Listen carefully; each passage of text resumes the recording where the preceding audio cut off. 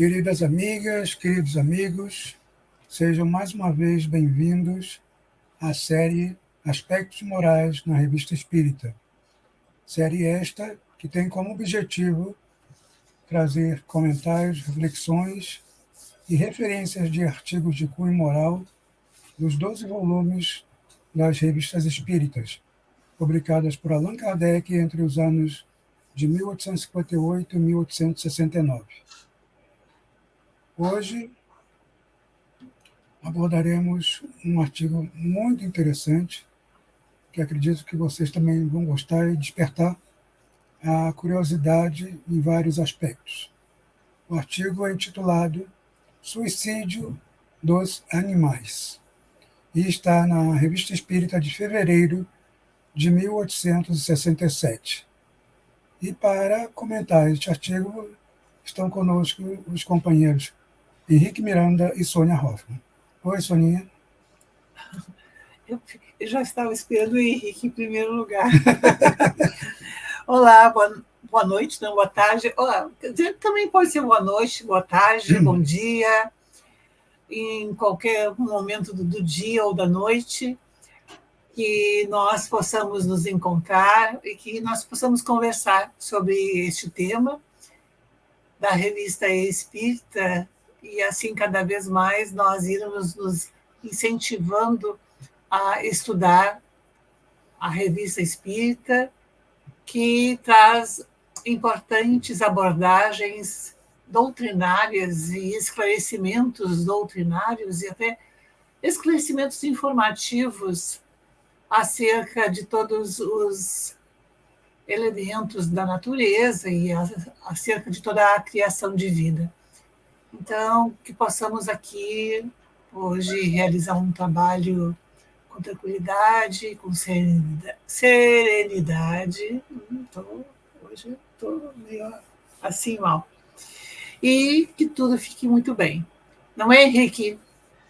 Sim, sim. Você ficou esperando a deixa. A deixa ficou para você, não ficou para mim, não. Primeiro, sempre.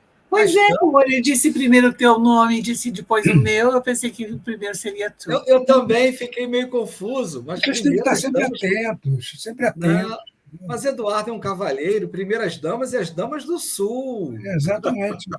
Lady first. Mas é verdade.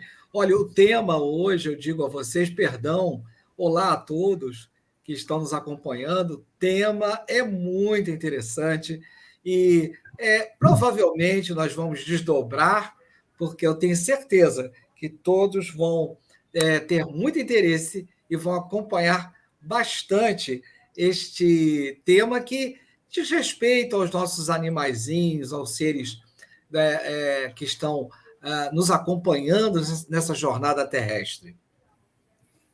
Eu quero lembrar que esta série, Aspectos Morais na Revista Espírita, tem o apoio da Associação Espírita Teresa d'Ávila, que fica aqui em Porto Alegre, Rio Grande do Sul. Barbaridade!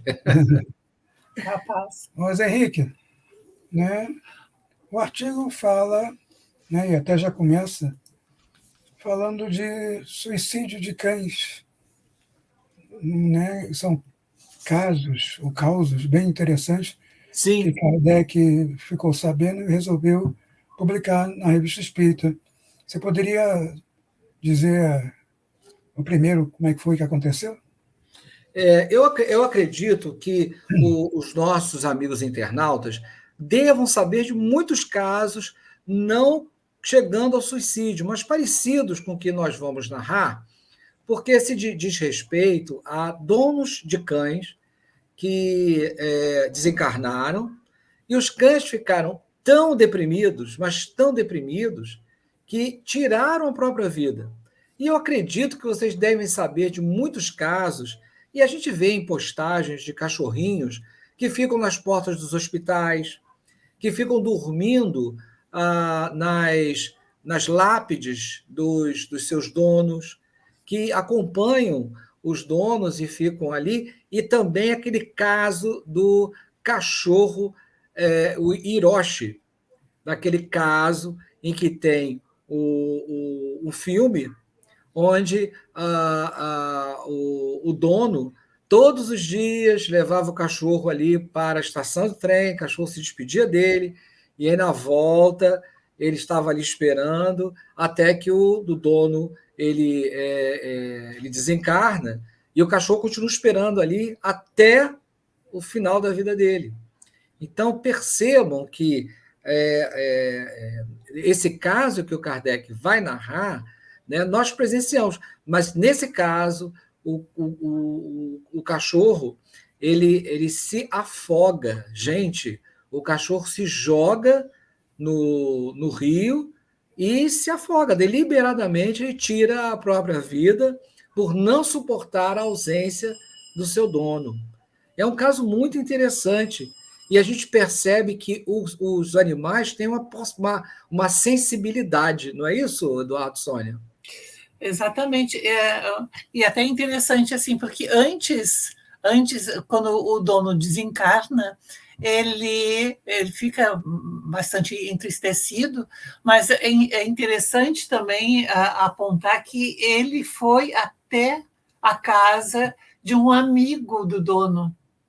E lá na casa do amigo do dono, ele foi enxotado, ele não foi acolhido, ou seja, ele buscou uma alternativa, como se alguém, né, buscando assim buscando um apoio, buscando algum acolhimento. E buscou afeto que ele não tinha mais do seu dono, né? Exatamente. Isso. E como ele não recebeu, ele foi embora em direção ao rio e simplesmente, voluntariamente, né, até pensaram que ele que teria sido uma questão de hidrofobia, mas não foi.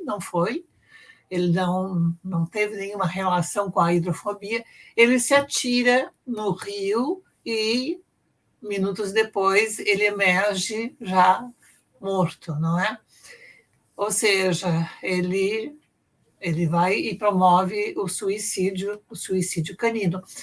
E nós vamos encontrar em uma mensagem dada por Erastro, lá no Livro dos Médiuns. É claro que em outro momento nós vamos abordar também essa questão da mediunidade nos animais, e especialmente em relação aos cães, mas neste momento não é exatamente essa nossa abordagem, mas é o que ele coloca lá nessa mensagem, quando ele fala da misericórdia de Deus, que Deus atribuiu aos animais, especialmente ao cão, que é o que tem a maior inteligência relativa, aproximada daquela do homem, não é? Sim.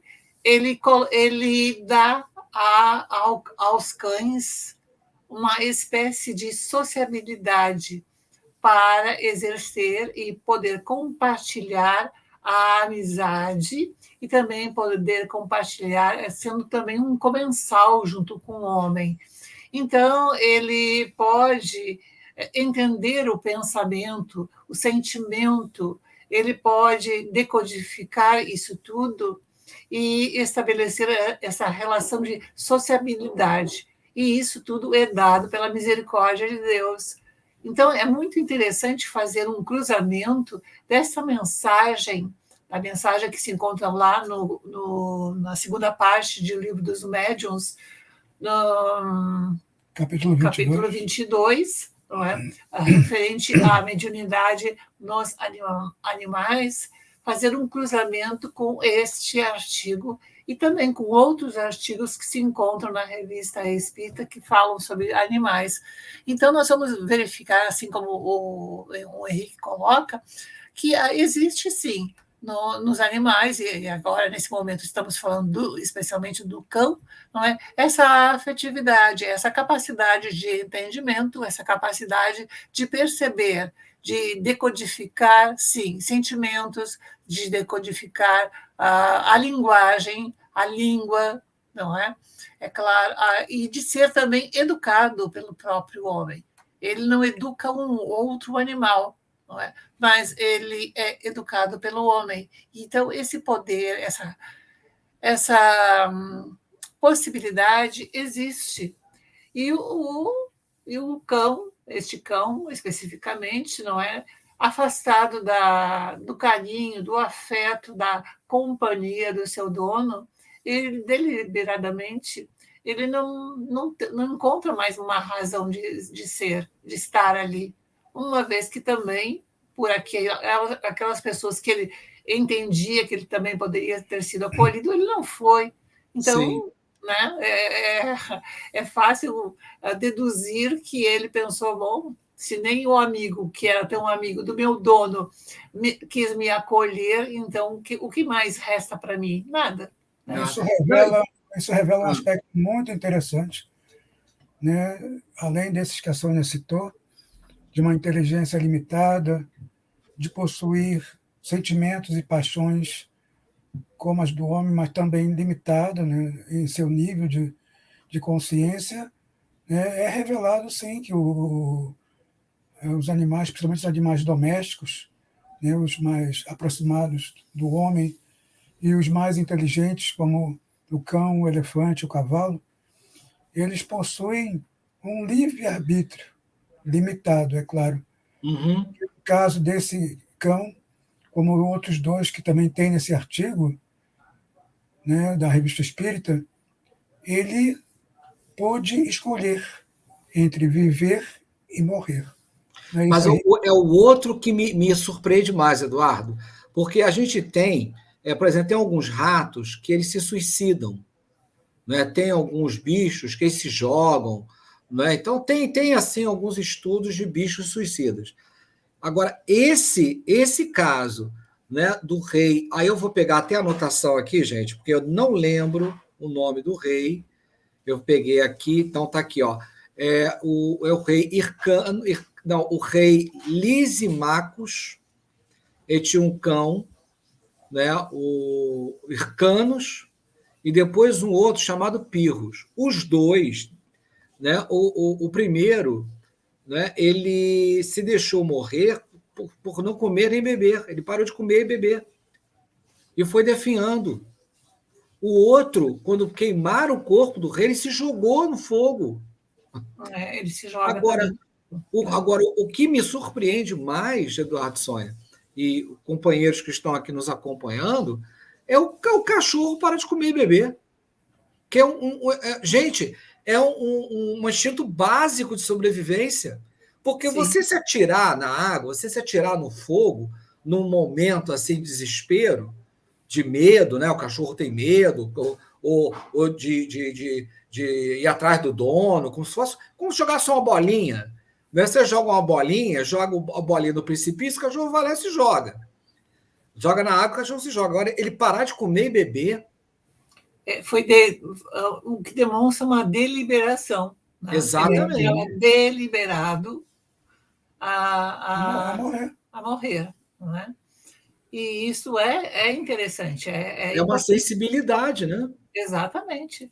Então, é bastante importante que, quando a gente consegue fazer essa decodificação nos animais, não é? Essa inteligência instintiva, nesse instinto de conservação, de preservação da espécie, mas ele ali estava com uma questão mais importante do que a própria preservação da espécie ou dele. Não é? Estava com uma memória afetiva, estava com uma questão mais afetiva que ali estava envolvendo o próprio desenvolvimento do animal. Então, veja, a gente não está humanizando, não é uma humanização. Não, né? não é isso. Não vamos confundir nem humanização e nem uma mediunização. Vamos né, entender que ali o animal ele estava, sim, até de uma forma bastante rudimentar, mas foi assim que ele entendeu o que seria melhor. E nós sabemos muitas vezes, não é? Os pets, os animais domésticos, quando eles não estão muito bem, eles fazem um outro tipo de alimentação. E quem já não presenciou o animal, quando ele não está muito bem gastricamente, ele vai ali, come capim, ou ele toma um líquido em maior ou em menor quantidade, enfim, ele sabe como é que ele vai promover a sua melhora, né? A sua melhora. Então, isso nós podemos entender. Mas também há uma situação no livro Invisível, do Leon Denis, onde também foi um gato. O gato, ele se aproxima do dono, o dono estava já em uma fase terminal, então o gato pula na cama, fica ao lado do dono e lambe e passa a língua no rosto do seu dono, e logo em seguida o dono desencarna, e em breves minutos o gato também desencarna, né? Então o gato também ele se colocou naquela situação de morte, não é? Uhum. Então é interessante que a gente possa fazer essa análise nos animais e entender muitas vezes, não é? Quem já não presenciou, como o Henrique falou, quem já não presenciou uma série de situações. Eu mesma, da minha infância, eu guardo do tempo em que eu enxergava, eu recordo e tenho bem nítida essa imagem de um senhor que tinha um cão bastante grande e que o cão fazia uma companhia para esse senhor, né? Vivia onde estava esse senhor, ele estava junto, e quando esse senhor sentava-se para trabalhar ou sentava-se para ler um jornal, alguma coisa, o cão se deitava aos seus pés. E esse senhor tinha Parkinson, e é claro que naquela época não foi diagnosticado como Parkinson, mas depois ficou sabendo que era um Parkinson. Esse senhor desencarna, e no dia da morte do dono do cão, após o velório, que foi feito na própria casa, naquela época ainda os velórios aconteciam em casa, é levado o caixão para o carro fúnebre, mas o cão ele vai passando, havia muita gente em torno ali, havia um grande grupo aglomerado, o cão vai passando por entre todas as pessoas e ele se aproxima do caixão e fica nas duas patas e coloca as duas patas dianteiras sobre o caixão, né? E começa a uivar. É um uivo de lamento, de dor, de tristeza, de muita tristeza. E não passou 2 dias, o cachorro também desencarnou, né? Então, isso nós sabemos que existe muito dessa relação, né? Existe essa relação porque o cão também, naquele momento, ele também deixou de comer, ele também deixou de se hidratar, ele também deixou de sair, né? Ele ficou prostrado, simplesmente prostrado, né? Como se estivesse na mais profunda depressão. Então, é importante quando nós podemos analisar o quanto Kardec, a atualidade daquilo tudo que ele vem trazendo, né? Dessas possibilidades de nós estabelecermos reflexões também em relação aos próprios animais, e nós verificarmos que muitas vezes nós vamos, sim, não é, dentro dessa relação que vamos ter com os animais, muitas vezes nós vamos ali estar estabelecendo uma série de comportamentos e de atitudes, e que eles vão, sim, sentir-se mais ou menos acolhidos. E como também naquela própria mensagem em que o Erasto coloca, há cães que são mais odientos, há cães que são mais amistosos, que são mais dados, receptivos. Não, inclusive tem umas curiosidades que a gente vai deixar para a parte 2, né? Tem umas curiosidades, e eu acredito que vocês também vejam aí por aí na internet umas coisas bem interessantes. Agora só para passar a informação, o filme é sempre a seu lado com Richard Gere. Então, é sempre ao seu lado com Richard Gere. Assistam, que vocês vão se emocionar com a história, né, deste cachorro e este homem que fizeram um laço de amizade incrível. Agora, na doutrina espírita, né, nesses artigos, também é dito que não são todos os animais que possuem essas tendências mais afetivas, de demonstração de paixões, de sentimentos, principalmente ligados ao ser humano. Uhum. Os animais ferozes, os animais selvagens, eles têm as suas tendências no ambiente deles, né? Então, a gente não vê ninguém cuidando de um leão, de um tigre, de uma onça, dentro de casa dizendo, né? Você sabe que tem até casos, não é? Sim, De mas não é a tratadores, tendência, mas né? as histórias não terminam muito bem, não, às vezes. Exatamente, né? Então, a gente pode perceber que existe também um grau de evolução na escala dos animais. Tá bom, tanto é que é colocado na mensagem que são os animais domésticos que recebem de Deus essa possibilidade de sociabilizarem-se com o homem, não é? Isso. Então, seria até falar os animais domesticados, né? Sim, sim.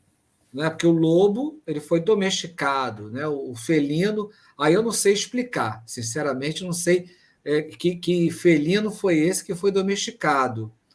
Mas esse felino doméstico que nós temos também era um animal feroz, né? Mas que teve o quê? Encontrou no homem, né, uma troca, né, um benefício, assim como alguns lobos encontraram o benefício, e trocaram, então, esses interesses. Né? O cão passou a andar junto com o homem utilizando o cão para diversas atividades, assim como o gato também. Se bem que o gato é mais acomodado, né, gente? O gato é mais independente. Ele é mais, né, autônomo, não é muito chegado a certas prisões. Não, o pessoal dos gatos vai implicar com a gente aqui, hein? Não, mas os próprios donos dos gatos falam isso. Mas gato é muito lindo. Não adianta prender o gato, não adianta, né, cercear os movimentos, a liberdade, porque ele não gosta. Ele gosta de se sentir livre. Né? Quer dizer, foi domesticado, mas né, ele tem lá as suas idiosincrasias, né? Tem seus jeitos lá de agir. Outra coisa interessante que a gente pode até... a gente não vai esgotar hoje, mas essa inteligência dos animais. Como os animais detêm a inteligência, claro, uma inteligência às vezes muito específica, mas nós vemos já um desenvolvimento dessa inteligência e da parte até nossa responsabilidade em desenvolver a inteligência, por exemplo, dos cachorros. Né? Como nós vemos ensinar os truques, a sensibilidade. Né? Vocês percebem isso também, essa nossa responsabilidade em dar aos animais? Também há todo um trabalho com o próprio cão-guia, o cão de assistência. Nós sabemos hoje que não é somente um cão-guia, tem o cão de assistência, tem o cão em serviço, o cão em alerta, tem o cão-guia que presta auxílio às pessoas com deficiência visual para fazer essa orientação e locomoção. Mas há também, e já existem muitos trabalhos, onde existem cães que estão sendo trabalhados justamente com pessoas que apresentam uma epilepsia ou que podem entrar em surto, e que eles fazem um reconhecimento de alguma toxina, enfim, de algum elemento, e eles podem antecipar quando a crise irá acontecer. Fantástico, não é? Informar. E, inclusive, nós temos também relatos de cães que podem auxiliar as próprias pessoas com deficiência auditiva e as pessoas surdas, que elas são treinadas e elas vão, de alguma forma, apresentar para os seus donos o que a campainha está tocando, que alguém está e que a pessoa surda ou por deficiência auditiva não consegue ouvir. Então, eles recebem também um treinamento para poder ali, de alguma maneira, não é? Levar uma informação para essa pessoa. Então, hoje nós estamos percebendo o quanto a presença do cão, essa inteligência relativa, essa inteligência que é atribuída por Deus misericordiosamente ao cão, não é? Que não é uma inteligência do homem, mas também não é uma inteligência assim tão precária quanto de outros animais, mas essa inteligência pode ser trabalhada. E eu estava lembrando do cão guia, Sônia. Eu li um artigo que eles fazem uma escolha, né? Não é qualquer cão. Então vocês percebam já que já tem raça, não é? São raças que tem que ter, eles têm que ter. Até nós podemos rir, mas assim eles atribuem tem que ser um cão que tenha um espírito de liderança, não é? Que tenha uma afabilidade e que possa fazer um discernimento do quando está trabalhando e do quando não está. Quando ele está com a guia, atrelado à guia, ele está em serviço. Quando ele não está com a guia, ele não está trabalhando. Então, ele não abandona o posto dele. De concentração. E não abandona o posto dele, não abandona. De jeito nenhum, não abandona. Há relatos assim, de cães que avisaram os seus donos para não continuarem, e os donos teimaram em ir em frente, os cães ficaram parados, não foram à frente, mesmo recebendo ordens para seguirem à frente, não foram. Os donos, eles fizeram a volta, e um deles aconteceu até na Espanha, não é? Ele deu a volta, passou à frente do cão, caiu no posto do elevador e morreu. Olha só. O cão não foi à frente, por quê? Porque não estava ali o elevador. Né? Fantástico. Não, eu até dizer que em Portugal, onde o cachorro, e essa eu presenciei, que ele não foi, o dono ficou muito brabo, muito chateado, inclusive, com ele, com o cão, foi à frente e o cão sentou e não saiu do lugar. Daí o dono, simplesmente, ele estava caindo em um buraco, e com a ajuda do próprio cão, que ele tinha um pouco de força, esse cão, porque ou são o labrador, ou o golden terrier, ou o pastor alemão, ele ajuda a puxar o dono, juntamente com uma outra pessoa que viu aquilo acontecendo, e puxam o homem de dentro desse buraco. E ele podia ter se fraturado, podia ter se machucado, e até mesmo ter, né, tido uma situação bem mais grave. Mas, olha, eu vou dizer uma coisa para você, a gente já está no final, né? E tem muito mais ainda que a gente tem que comentar, tem muitas observações doutrinárias para a gente passar, não é verdade? Sim, é verdade. E nessa questão da ajuda, eu gostaria de lembrar do cavalo no tratamento pela ecoterapia, sim, né, sim. que ajuda com as síndromes, como a síndrome do espectro do autismo, e que tem comprovações, né, bem assim, reais da melhoria, até da sociabilidade, né, Sônia? Sim, sim. De pessoas por causa desse tratamento da ecoterapia. Muito interessante. Vamos deixar, então, para a parte 2, falar um pouco mais sobre isso? Sim, muito mais. Eu acredito que animal, ainda mais hoje em dia, né? Quase todo mundo tem um bichinho dentro de casa, tem um pet, vai despertar o interesse de muita gente. E a gente tem muito a contar ainda. Mas antes de encerrar, vamos lembrar novamente Erasto, quando ele pega e diz que o homem tende a uma polarização.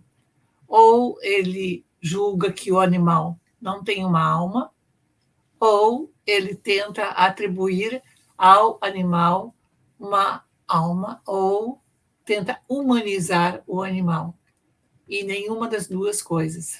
Não é nem não ter e nem ter uma alma, um espírito como a do homem, mas é algo específico e peculiar aos animais.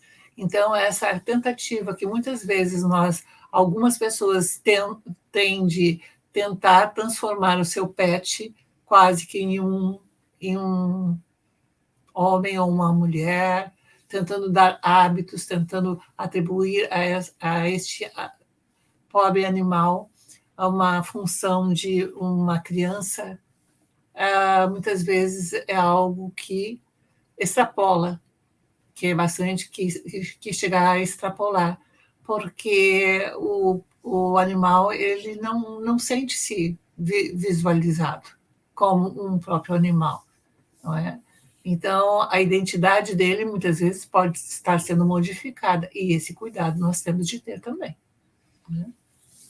É isso aí, então, gente. Até a próxima vez, até o próximo vídeo. Fiquem em paz, fiquem com Jesus e não esqueçam de compartilhar nosso vídeo, tocar o sininho e espalhar para todo mundo sobre o nosso trabalho. Tá? Um abraço a todos e até mais. Au, au.